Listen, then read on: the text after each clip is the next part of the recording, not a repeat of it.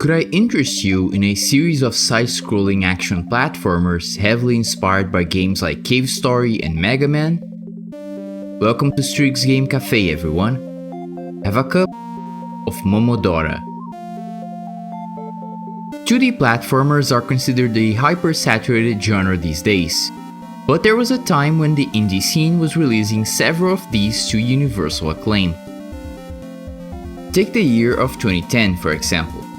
It brought along Super Meat Boy and Limbo with their unforgiving old-school platforming, VVV bringing back the visuals of the Commodore 64 era, Bit Trip Runner and its modern renditions of an Atari-like visual style, and Shantae Risky's Revenge, the sequel to the original Game Boy Color title. All of which pay homage, in their own way, to games of the past. It was also when Cave Story made it to consoles and portables, specifically the Wii and DS. Cave Story, of course, also takes a lot of inspiration from classic NES era games like Mario, Mega Man, Metroid, and Castlevania. Cave Story's success makes it one of several games largely credited with the rise of the indie game movement. Which is pretty interesting given that along with this port, in that very same year, there was a release heavily inspired by Cave Story, both in gameplay and art style. That is the subject of this video, Momodora. More specifically, Momodora 1, the first of 5 games in a series that had its last release in 2024, just 2 years before this video was made. All 5 games were directed by Guilherme Melo Martins, also known as Ardain, I hope I said that right. But he wasn't the only developer, as the credits of all games obviously show. In fact, one of the people who worked on the Momodora series was Temi Chang, who has drawn promo art and the title screen of the very first game. Kinda funny, isn't it? I started this channel's reboot with a video based on Temi's games, and now here she is again, in what might be the last video essay before we reach the channel's new 1-year anniversary. We've come full circle, everyone. These days, Ardain seems to be part of a game development studio called Bomb Service. Though admittedly, I couldn't find many details on the Momodora wiki or on social media. Seems like the members all work on other projects. Though Ardain has posted some early development images of a dungeon crawler RPG they're apparently making, so there's that. As for the Momodora series, it's composed of Momodora 1, 2, and 3, which are chronologically in order, followed by the prequel Momodora Reverie Under the Moonlight, and the series finale of Momodora Moonlit Farewell. Also worthy of note is Minoria, which released before Moonlit Farewell but is actually unrelated, serving more as a spiritual successor to Reverie Under the Moonlight specifically. Speaking of, the first game I got in the series was, in fact, Reverie Under the Moonlight, which I must have bought in a Steam summer sale at some point. The reason I say this is partly because I don't even remember when I bought it, and also because my total playtime before this video was, Listen, this is just how summer sales work, okay? You buy like 15 games for 50% off or more, and play like 3 of them. We've all done this at one point, stop shaming me. In fact, this was arguably one of the contributing factors that led me to make this video. A way of making up for lost time, I suppose. So, let's get into the series from the beginning. However, because I wanted to avoid another incident like with my yet unreleased video that I'm totally working on, I swear it's just taking a lot of time and would be faster to release some shorter videos meanwhile to keep the gods of the algorithm fed and as I was saying, to avoid making a video that lasted hours, I decided to center this one around just the first 3 entries in the series by release order. Momodora 1 and Momodora 2, which are actually available for free on itch.io, as well as Momodora 3, which can be bought either on Steam or itch.io with a dirt cheap price. I might cover the others eventually. Maybe sooner rather than later if this video gains enough support. But for now, I'll keep things simple. So, what is Momodora about? Well, if I was to make an easily digestible description, I'd say Momodora is an action platformer series about shrine maidens who defeat demons to protect people. Two characters in particular take the spotlight: Momo Reino and Isadora Doralina. Oh, that's probably why. Isadora is the protagonist of the first game, so let's begin with her. When you open Momodora 1, you're greeted with a short scene of Isadora walking into some ruins. You then get the title screen, the one drawn by Temi, along with some music that is really loud for some reason. Since the first game has no options menu, I had to lower the volume through my PC settings. A product of its time, I guess. Oh, and also, I had to change the scale filtering of the window to point in OBS to get a better quality. I don't think I ever needed to change the setting for any other game, but in Momodora the graphics of the recording got visibly blurry if I recorded it normally. So, you know, a heads up for any viewers who want to record some gameplay on their own. Getting past the title screen, the game presents a short text detailing the cutscene you saw before.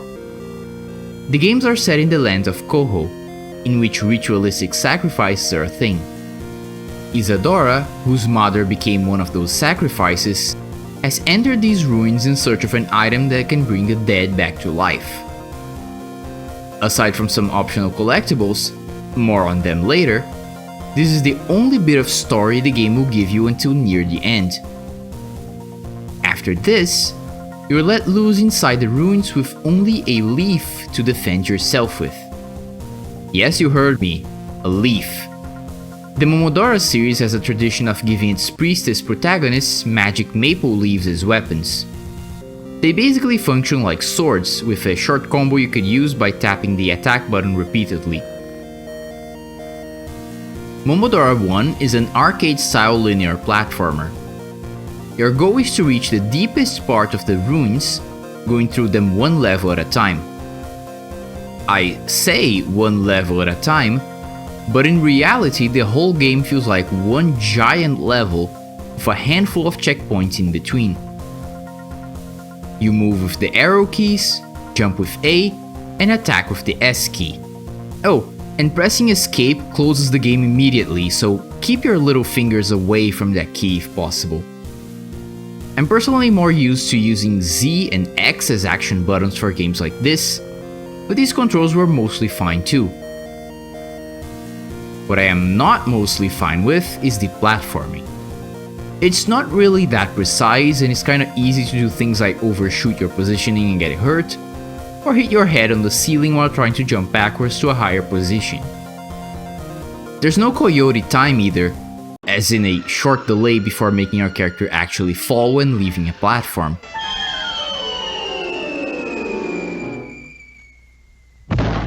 Which can lead to some nasty falls. You can only take 5 hits before dying, and some of the obstacles deal a lot of damage, like these spikes, which doesn't help one bit. And if you die, the game goes all the way back to the intro sequence and title screen, as there's no save and load menu. I get that it's only a part of the first game's limitations since there are practically no menus at all, but it's still annoying that it takes longer to restart than it should. Thankfully, Momodora is more focused on combat, and the platforming in a lot of cases plays second fiddle to dealing with the enemies on screen. So, while frustrating, it wasn't what I would personally consider rage quit inducing. Especially because the game eventually gives you heavy machine gun. On top of the magical sword leaf, Momodora 1 gives Isadora a bunch of projectile weapons. Typically there's one per level, which I suppose is fitting given the cave story inspiration. You swap through the weapons with the Q key, which isn't exactly convenient, but you won't really need to swap them all that often. The only real inconvenience is that when you die, the game reverts your currently equipped weapon back to the leaf. So you're gonna have to cycle through all your inventory back to the weapon you wanted. The guns all feel pretty fun to use, especially the Kar's Gatling, which I showed before, along with the Chaser Bazooka's homing missiles, and the Colt's single-action army's strong shots with huge range. The issue with them is twofold. First, after Momodora gives you your first gun, there's pretty much no reason to use the leaf again until the very end of the game. I'll get to that later. The second problem is that the guns pretty much render each other obsolete as well. In the final area, the only weapons I felt like I really needed were the Chaser Bazooka and the Colt. The first two guns didn't really have a reason for use when I had one that could fire as fast as the Gatling and with homing properties, and another that dealt a lot of damage and killed almost everything in 2 shots. You always want to have your best weapon equipped because in most cases it's easier to fight enemies than to sneak past them. Especially because when changing from room to room, all mobs reset. There's actually a pretty good variety of foes, from these one-eyed guys that throw spiked blocks, to enemies that chase you, others that shoot from a distance, stationary ones that drop down when you pass below them, and so on. On top of the weapons, the game gives you 2 special items which you can use with the D key and swap between with the E key. The boomerang, which deals damage, goes through walls, and is necessary for pressing certain switches that open doors, and the shield, which blocks projectiles and can deal contact damage to enemies. I'll be honest, these 2 feel a bit tacked on. Like the game was supposed to have something resembling puzzle-like elements, but they got cut. Both the boomerang and the shield are pretty situational in combat, and the shield is completely useless outside of it. Speaking of, combat is kept simple at the start, but the last few areas have rooms filled with enemies. My advice here is, be patient. There are exceptions, but in the vast majority of cases, trying to rush will only get you killed in seconds. Stay calm, eliminate all foes one by one, and then proceed. Along the way, you can also go off the intended path to find a few collectibles. They don't really do anything and there's no gameplay reason to go for them, but they do offer a little bit of lore for this universe. I thought this was pretty neat for a game with a simple main story. It's like you're really exploring rooms like Indiana Jones and finding secrets and hidden artifacts. Between every section, you reach a checkpoint room with a save crystal. If you die after touching it, you can start again from this room. They're really spaced out, so be sure to treasure these moments as they are the only reprieve you get in these ruins. Come to think of it, that seems pretty fitting given the whole circumstances that led Isadora into her quest. You'd think a journey to revive someone would be pretty hard and stressful. After about 8 different biomes, you arrive at the final chamber. This is where Isadora must face the only boss of the game, the Underworld Queen, Lamia.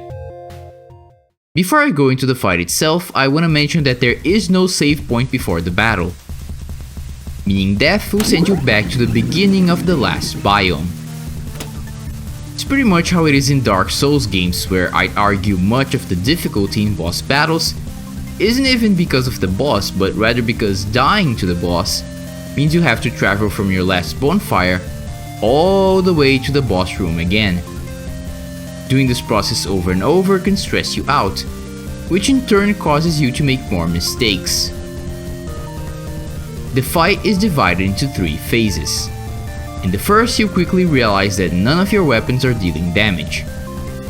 I got stumped here for a moment, even though I figured out how to dodge Lamia's attacks pretty quickly.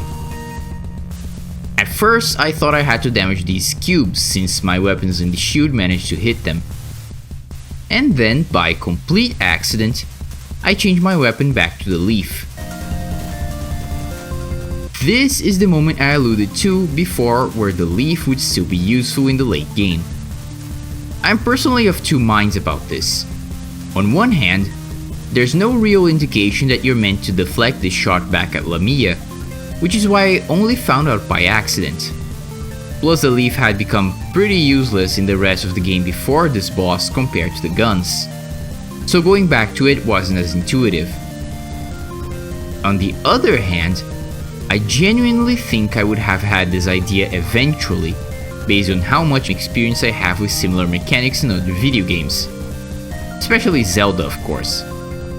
The game of Dead Man's Volley isn't hard either, so players should get used to it pretty quickly. After hitting Lamia a few times, we go into phase 2. She becomes this giant, biblically accurate angel thing that looks a lot like Zero 2 from Kirby specifically. Here, the best strategy is to stay away from her near the edges of the arena. That way, you can avoid her rotating blades. The moving laser can destroy some of the platforms, but Lamia will never go to the corners of the room. Your only worry should be these red bullets with tracking properties. Use the chaser and Lamia should go down pretty easily. Phase 3 complicates things quite a bit. The rotating blades last longer, and while Lamia no longer moves while firing the laser, it now sends shockwaves at you that travel through terrain. I was stumped here for several tries because even at a distance, dodging both the shots and the shockwaves was hard, especially when you only have 5 hit points. Eventually, I decided to look up a gameplay video and found out a way to cheese this fight. Basically, what you want to do is, during phase 2, try to end it while the boss is firing the laser near the corners of the screen. That way, Lamia will stay there since she no longer moves during the final phase, and you have more room to dodge her attacks on the opposite side of where she is. When the Underworld Queen goes down, she asks Isadora if her will to see her mother again was really that strong, before mocking her one last time, saying she will regret this. The spirit of Isadora's mother then appears, congratulating her daughter for her feats. But unfortunately, she can't come back. She has been chosen as a holy sacrifice to recreate the world, whatever that means. Since the will of the gods cannot be defied, Isadora's mother has to stay dead. She apologizes for causing her daughter pain, and saying "I love you" for the last time, teleports her out of the ruins. And that is the end of Momodora 1. I have to say, even though the story elements are minimal, I wasn't expecting a so-called downer ending from a game like this. And to my knowledge, getting all collectibles doesn't give you an extra scene or something. This is it. Sad endings are a bit of a rarity in the media I consume. To be clear, I mean sad, not just bittersweet. Because ultimately, Isadora's quest fails. Her mother is dead and there's nothing she can do about it. It's executed with only a few lines of dialogue and minimal character actions happening, but even so, I must admit that this cutscene helped raise my interest to what the story would be in the sequels. Which leads us to...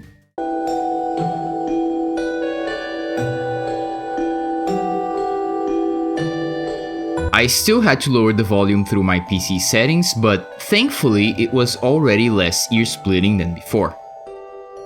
Momodora 2, released in 2011, features an actual save system this time around, which is good.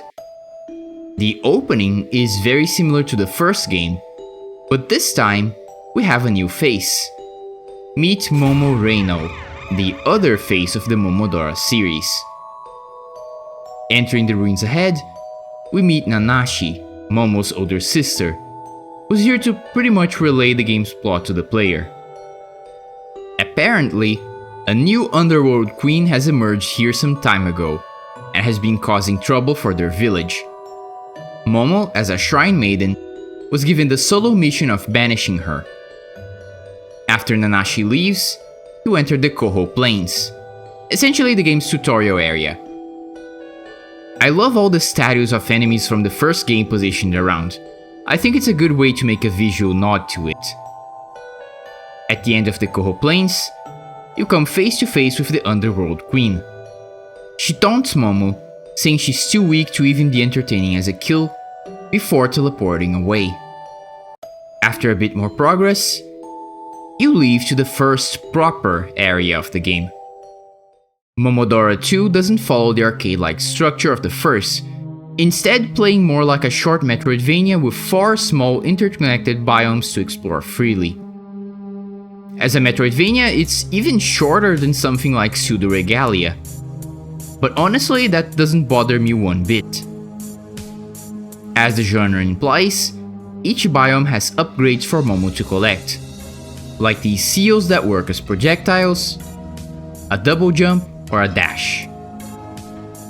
There's also these love letters, which work as Momodora II's heart containers. Each one will give you an extra hit point, up to a total of 10. And this time around, not every enemy attack drains exactly 1 HP, so things now work like they would in a Zelda game with your hearts being measured in quarters. I much prefer this system over Momodora 1's. The upgrades feel more impactful in both exploration and combat, which pairs well with the platforming physics being vastly improved from the first game. The only thing I would change is that I'd maybe give the love letter some different visual flavors, like the collectibles from the first game. The second thing worthy of note in the biomes is that every once in a while, you actually find other people around instead of only enemies. These provide some neat interactions, like Melko, the maid trying to find the princess she serves, Eri, who is actually a boss encounter later on, and the other exorcist Mai, who was sent from a different country to eliminate the same Underworld Queen Momo is here for. These encounters offer some variety from the usual Metroidvania gameplay, and also provide some neat pieces of world building. I think keeping your game's lore on the vague side can be more interesting than if you spend several minutes doing exposition. Eventually, after traversing all 4 biomes, you will arrive at this place. Mai mentions that a strange force is stopping her from going forward. Approaching the room's exit, I was blocked by the same barrier. This confused me until I saw the symbols on the floor and ceiling and realized what they were probably referring to. Momodora II has one more exploration goal that I've waited until now to reveal. Each of the 4 main biomes has a statue of a goddess somewhere. By crouching down in front of it, Momo will begin praying. After you pray for a few seconds, you get the goddess's blessing. And to access the final area of the game, you need the blessings of all 4. I actually really like how the game introduced this to me. The first statue is right on the critical path you're gonna take in the first area, but the others are more well hidden. So when I got to the gate, I only had 2 of the 4. But I did have all of Momo's abilities unlocked, so it was pretty much a rerun of the biomes to find the last few love letters and statues.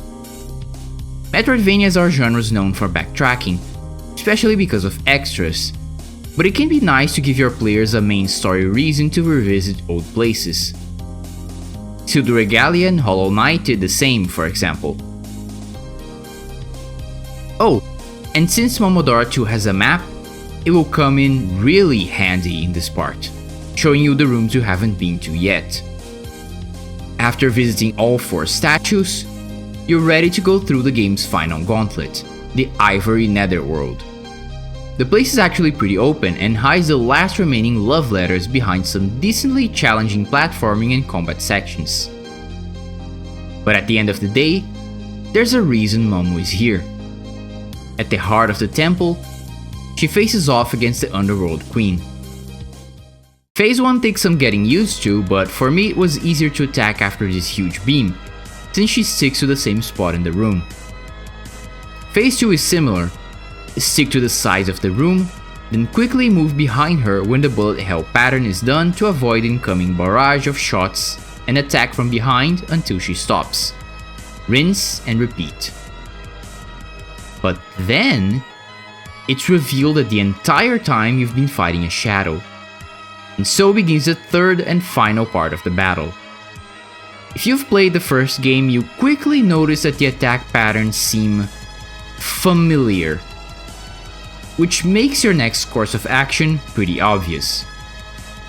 Play the Dead Man's Volley game with the Underworld Queen a few more times, and then this happens.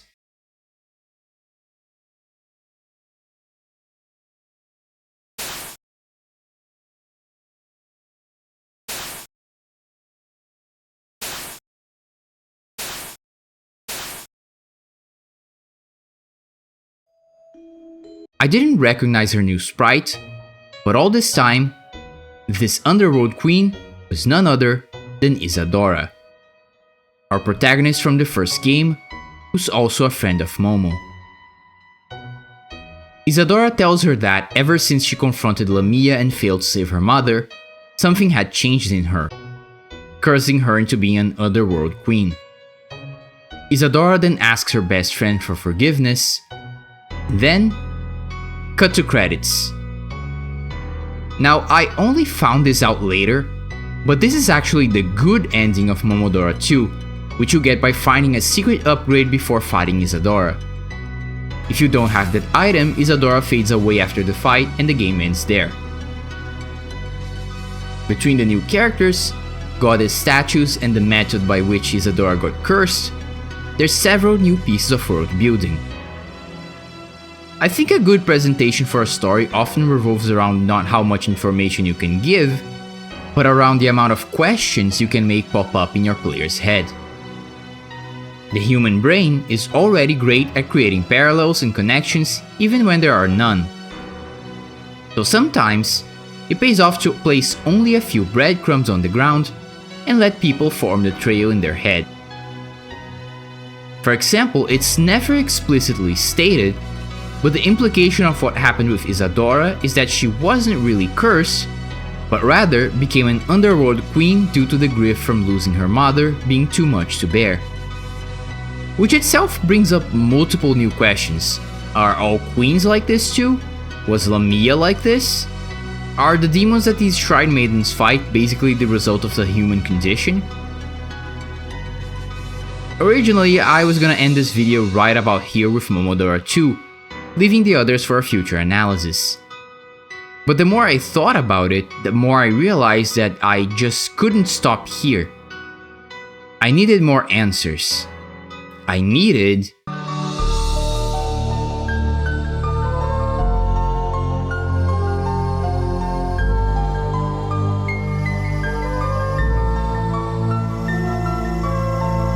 Momodora 3, released in 2014, is set a couple of years after the second one. This time, both Momo and Isadora are featured as playable characters, and you can select between them when you start a new save. By the way, I love their reactions when they're not the one being highlighted. Momo becomes depressed and Isadora gets pissed. It's a tiny moment of personality and I love that the game does this. The two have separate animations throughout the game, but to my knowledge, that's the extent of the differences between them. I do wish they played a bit differently. Giving Isadora one of the guns from Momodora 1 as her ranged attack instead of Momo's charms would have been great already. Speaking of gameplay, Momodora 3 is the first to support Game Pass directly, at least on Steam, and the platforming is the best so far in the series. I suppose an easy way to describe Momodora 3 is as a hybrid of 1 and 2. Essentially, you have a linear level structure like in the first game, with Momo or Dora going through biomes in order until they reach a door in the end and advance to the next. But these biomes are open in a more Metroidvania style like in the second game. You also find some collectibles by exploring. This time, the collectibles take the form of equips that grant you different passive abilities. Personally, I do think it's a step back from Momodora 2. Sure, the areas are more detailed, and you can warp back to previously visited zones with the save bells. But even then, the world doesn't feel as interconnected, despite probably being bigger overall. Oh right, the save bells. I think I forgot to mention them before. Momodora 2 introduced these to save your progress. You got close and then hit them with your leaf to save. It was pretty intuitive and felt great to do. In Momodora 3, however, you interact with them by pressing up, which takes away that sweet game feel. I understand this was probably done to include the warp option in the bells too, but like I said, I think most biomes, with 2 exceptions, would have benefited more from being done in a regular Metroidvania style. The items also don't feel as impactful as the upgrades from Momodora 2 either. Some of them have interesting effects, but they don't change your gameplay that drastically for the most part. Games like Hollow Knight have this kind of system, but they also give you really radical changes. Here, I thought the speed ring may have offered an okay trade-off for experienced players, and Marine Symbol is great for a playstyle focused around ranged attacks, but that's pretty much it. The system could be a bit more justified if at least the items were slightly different for each character, as I said before. To follow up my previous example, maybe Isadora could get the Chaser Bazooka to replace her regular gun. Now, as for the levels themselves, you start in some ruins in a plain, just like in Momo 1 and 2. But you then visit a partially flooded city, underground ruins, a garden filled with plant life, and a sandy tomb, each with their own enemies and a boss encounter at the end. The bosses are still relatively simple like in the first 2 games, mostly cycling through 2 or 3 attacks each. But their animations, man, you can certainly see the improvement. Many of them also use different variations of the traditional boss theme introduced in Momodora 2. For example, this boss right here has a remix centered around the sound of a bell. I think it's a neat touch.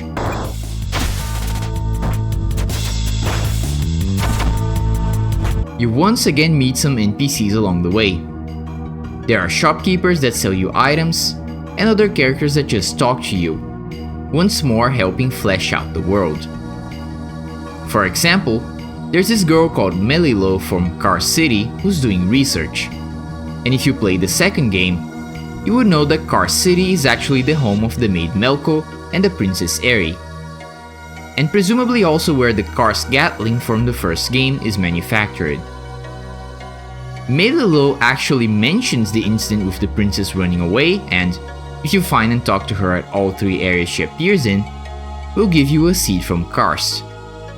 Its description in the item menu says that it barely grows in Kars' barren lands, which is also a nod for Eri's motivations to seek the powers of Koho in the second game. Like I said, I love how even with only a few characters and main plots that aren't really deep at all, Momodora manages to make its world feel interesting within these short interactions and conversations. You have a bunch of optional enemy encounters and things to find, and one of the NPCs you meet can even die if you fail to get to where she is within 30 minutes of starting a run. So even though the levels are relatively short, they have enough things to do in proportion with their size. I've said this in practically every video I made so far, but to me little things like this make the game far more worthwhile than if it had been padded out with an extra 2 or 3 biomes that had no interactions to offer. At the end of their journey, Momo and Dora arrive in Hell. When I said before that it would make more sense if the other biomes were connected in a larger map, classic Metroidvania style, and pointed out 2 exceptions, this was one of them. That's because Hell is one less gauntlet of enemies and platforming challenges meant to test the player. You even fight a mandatory mid-boss along the way, At the end, you fight Rel, the goddess of death. It comes a bit out of nowhere because this time around there's no intro text explaining the story, but the idea here seems to be that undead spirits have begun attacking Momo and Dora's village, which is why they went on this quest. In fact, if you wait a little bit on the death screen, a first for the series by the way, Rel will show up in the background. Rel is the only final boss in the original trilogy that I beat in my first try. Her attacks aren't hard to dodge and you can bait most of them by keeping yourself on the move, since they track your position. Phase 1 has her teleporting around, trying to hit you with either bullets, an ice pillar, or a close-range shockwave. Phase 2 has her stationed in the center of the room firing off grounded snowflake sauce, or a bullet hell-like pattern, both of which are easily avoided at a distance. Finally, the last phase has her using ice pillars again. Just alternate between moving back and forth and you should be fine. After Rel is beaten, you get the ending of the game, with the evil spirit crisis being averted. I didn't even know this at the time, but there are actually two endings. If you attack Rel here, you get the bad ending with evil spirits still present in the village even though new ones can't invade any longer. If you interact with Rel instead, Momo or Dora will purify her, ending the instant for good and netting you the best ending. The third game is a bit of a mixed bag for me. Momodora 3's presentation and overall controls are the best yet, but Momo 2's exploration and upgrades were more fun in my opinion. Having both Momo and Isadora's playable characters is nice, but without any clear differences in playstyle, it also feels a bit disappointing. The story is also something I'm mixed about. I praise the first two games for leaving things open, but Momo 3 doesn't even give you an in-game intro. So if you don't read the Steam page description, you'll probably be a little confused when starting out. The ending was also pretty unsatisfying compared to the gut punch of the first game, and the more heartwarming one of the second. I did like the character interactions, however. They're at their most charming here, and the little crumbs of lore relating to past and future games are also pretty neat. I think it's fair to say that Momodora 3 was also an enjoyable experience, and thus concluded my first 3 steps into this series. Before I wrap things up, I think it's important to say that all 3 of these games are made in a way that you can enjoy them no matter the order. Which is great if you want to get into the series but don't want to deal with the more arcade-style gameplay of the first one, for example. Personally though, I think they were all worth checking out. All of them have little extra things you can do. In Momodora 1 you have a time attack mode where you have to try and clear the game in 18 minutes or less, which for the record I think is fucking insane. Momodora 2 allows you to start a new Game Plus file, which unlocks a secret dev room near the start of the game. And finally, Momodora 3 has an entire optional objective involving the car seed I mentioned before, which leads you to a new area and a secret boss. Overall, the best extra content of the 3 games in my opinion.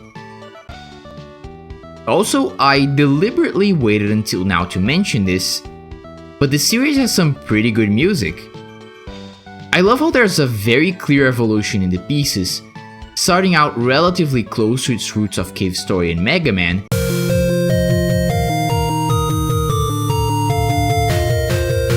but eventually giving the soundtrack a more mysterious and even somber tone at times.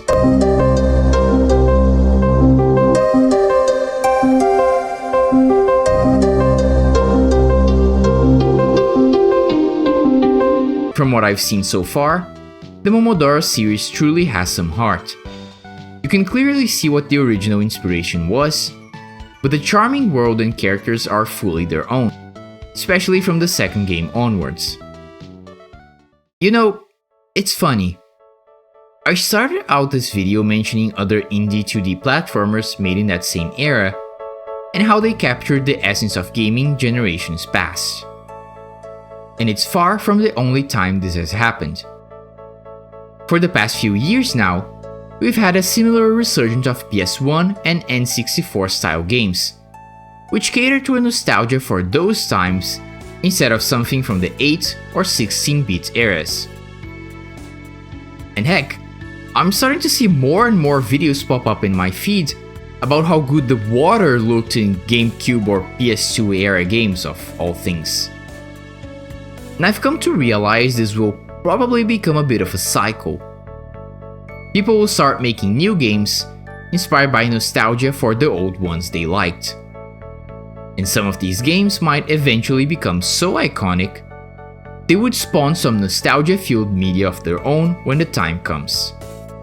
Of course, with more and more games being released every year, that won't be the case for all of them. Some won't be able to stand on their own, being mostly surface-level references.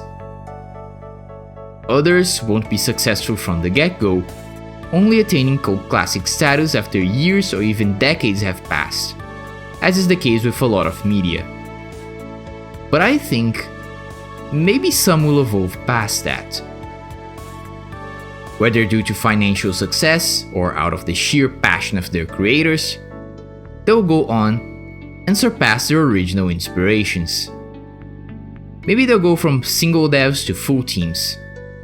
Maybe they'll get sequels and inspire a whole series. 5 games long, perhaps. And maybe one day there will be someone out there making their own short 2D Metroidvania, taking inspiration from Momodora. My name is Strig, and thank you for your patronage. If you're leaving already, please consider giving a tip in the form of a comment and a like. And if you want to come back, don't forget to subscribe and ring the notification bell on your way out. Thank you for visiting Strig's Game Café.